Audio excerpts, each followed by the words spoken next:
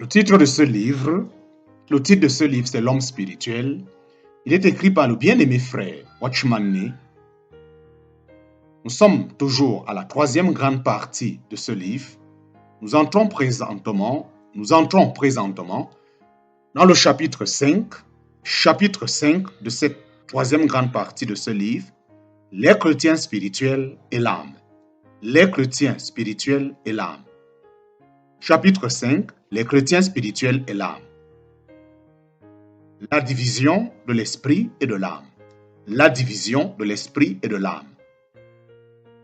La discussion sur la différence entre l'esprit et l'âme avait pour but de nous amener au présent exposé, où le croyant qui cherche Dieu de tout son cœur et a un élément dont il doit se méfier, c'est l'activité désordonnée de l'âme. Celle-ci a manifesté son ascendant pendant si longtemps que dans la question de la consécration, elle va jusqu'à s'imaginer qu'elle peut prendre sur elle la tâche de réaliser cet acte à la satisfaction de Dieu. Un grand nombre de chrétiens ne se doutent pas de l'œuvre draconienne que la croix doit accomplir pour qu'enfin leur puissance naturelle de vie soit régnée. Ils ne connaissent pas la réalité de l'habitation intérieure du Saint-Esprit, encore moins l'autorité qu'il doit exercer pour réunir sous son contrôle les pensées, les désirs et les sentiments de l'être entier. Pour un chrétien sérieux et zélé, la plus grande tentation est d'engager toute sa force au service de Dieu, plutôt que d'attendre humblement que le Saint-Esprit exprime sa volonté et l'exécute.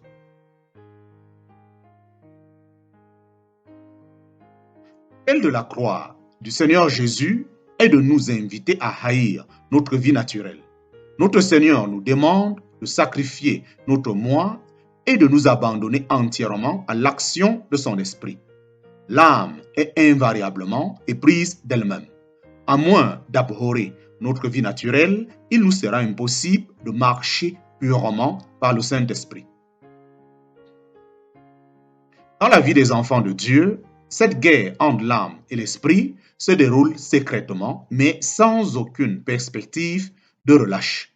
L'âme cherche à maintenir son autorité et à agir dans l'indépendance, tandis que l'esprit s'efforce d'avoir tout en sa possession et sous son hégémonie, afin de sauvegarder l'autorité de Dieu. Avant que l'esprit n'obtienne l'ascendant, l'âme s'efforçait de prendre l'initiative dans tous les domaines. Les croyants ne peuvent pas envisager de marcher et de travailler d'une manière agréable à Dieu s'ils n'ont pas réduit à néant leur vie péchée en rejetant obstinément son autorité et en la livrant inexorablement à la mort.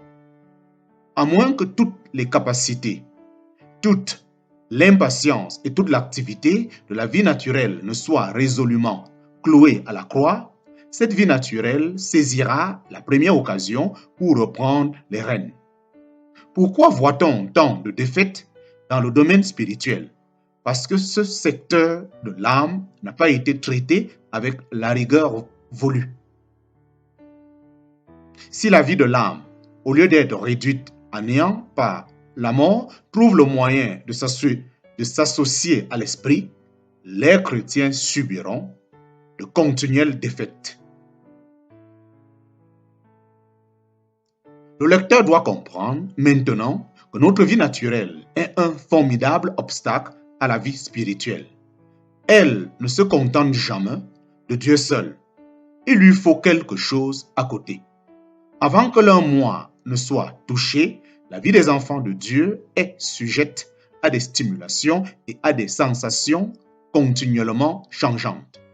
Si leur marche est souvent instable, c'est parce qu'ils laissent leur énergie psychique se mêler à leur expérience spirituelle. Aussi ne sont-ils pas qualifiés pour devenir des conducteurs de leurs frères. La puissance de leur âme, obstinément à l'œuvre, tient continuellement en échec le rôle central qui appartient à l'esprit. Sous l'empire des émotions psychiques, L'esprit subit de grandes limitations dans ses mouvements et sa sensibilité. La joie et la tristesse peuvent mettre en danger le contrôle que le chrétien doit avoir sur sa personne. Si l'activité cérébrale est tant soit peu forcée, la tranquillité de son esprit peut en être troublée. Il n'y a pas de mal à admirer la connaissance spirituelle, mais si l'on sort des limites de la spiritualité, le résultat sera l'être et non esprit. Parmi les chrétiens qui cherchent à réaliser une marche spirituelle, il y en a beaucoup qui font la même expérience. Ils s'affligent de ce que leur âme et leur esprit ne sont pas en harmonie. Leurs pensées, leurs volontés et leurs sentiments se rebellent souvent contre leur esprit, refusant ses directions et se livrant à des actes d'indépendance qui contredisent l'esprit.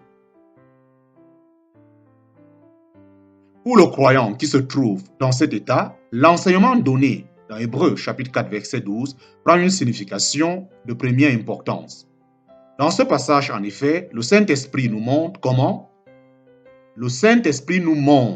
comment séparer l'âme et l'esprit expérimentalement.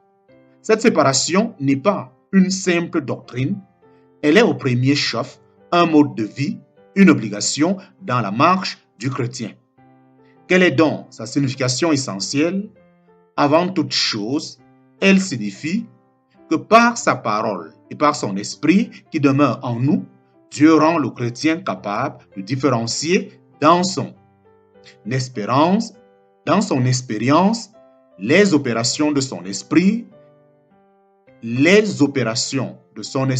de celles de son âme. Il peut les distinguer et reconnaître ainsi ce qui est de l'esprit et ce qui est de l'âme. Dans ce chapitre 4 des Hébreux, le Saint-Esprit montre ce qu'est le ministère du souverain sacrificateur du Seigneur Jésus et il explique aussi en quoi ce ministère nous touche. Le verset 12 déclare que la parole de Dieu est vivante et efficace, plus tranchante qu'une épée quelconque à deux tranchants, pénétrante jusqu'à diviser âme et esprit, jointure et moelle. Elle juge les sentiments et les pensées du cœur. Puis, le verset 13 nous apprend qu'aucune créature n'est cachée devant lui, mais que tout est nu et découvert aux yeux de celui à qui nous devions rendre compte. Ce passage nous apprend donc comment le Seigneur Jésus remplit son ministère de souverain sacrificateur.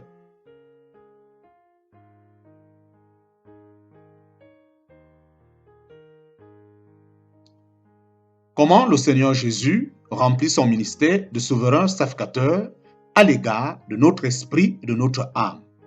Le Saint-Esprit compare le croyant à un sacrifice sur l'autel.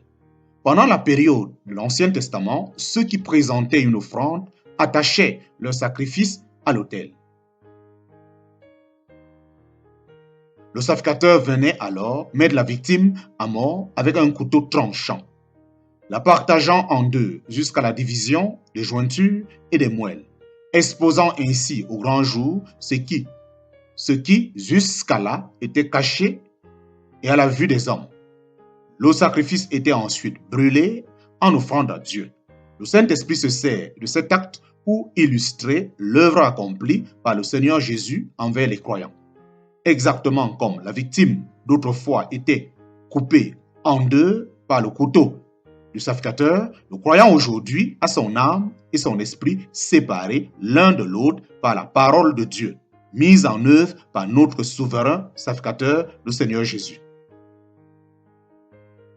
Le but de l'opération, c'est que l'âme n'exerce plus d'influence sur l'esprit et que l'esprit ne soit plus sous l'autorité de l'âme, mais que chacun trouve sa juste place sans confusion ni mélange. De même qu'au commencement, la parole de Dieu a opéré sur la création en séparant la lumière d'avec les ténèbres, ainsi maintenant elle travaille au-dedans de nous comme épée de l'esprit, transperçant notre être pour séparer l'âme de l'esprit. Ainsi, la plus noble habitation de Dieu, notre esprit, se trouve complètement séparée des vils désirs de notre âme. Et nous pouvons maintenant apprécier comment notre esprit est la demeure de Dieu, le Saint-Esprit, et comment notre âme, avec toute son énergie, va pouvoir accomplir la volonté de Dieu telle qu'elle est révélée à l'esprit humain par le Saint-Esprit. Il n'y a désormais plus aucune place pour une action indépendante. Le point jusqu'à la parole de Dieu doit pénétrer beaucoup plus profond que l'âme. Elle atteint ce qu'il y a de plus central, de plus intime dans notre esprit. Ceux qui désirent être enracinés en Dieu doivent connaître le sens de cette pénétration de leur esprit. Le Saint-Esprit seul peut nous enseigner ce qu'est la vie de l'âme et ce qu'est la vie de l'esprit. Quand nous avons appris à différencier expérimentalement ces deux espèces de vie et que nous avons saisi leurs valeurs respectives, c'est alors seulement que nous sommes délivrés de notre marche bornée, relâchée, toute de sensations, et que nous entrons dans quelque chose de profond, de ferme et de spirituel. C'est alors aussi, et pas avant, que nous entrons dans le repos. Ce repos, la vie de l'âme ne peut jamais nous le procurer. La division de l'âme et de l'esprit signifie non seulement leur séparation, mais aussi l'ouverture de l'âme par éclatement. Comme l'esprit est enveloppé dans l'âme, il ne peut être atteint par la parole de vie qu'au prix d'une rupture de la coquille. À travers cette coquille, parole de la croix, se fraye un chemin par la force pour que la vie de Dieu, grâce à cette ouverture, puisse atteindre l'esprit et la libérer de l'enveloppe psychique qui la retenait captif. Malgré qu'il la retenait captif, marqué maintenant par la croix, l'âme peut occuper la position d'assujettissement à l'esprit qui lui était assigné.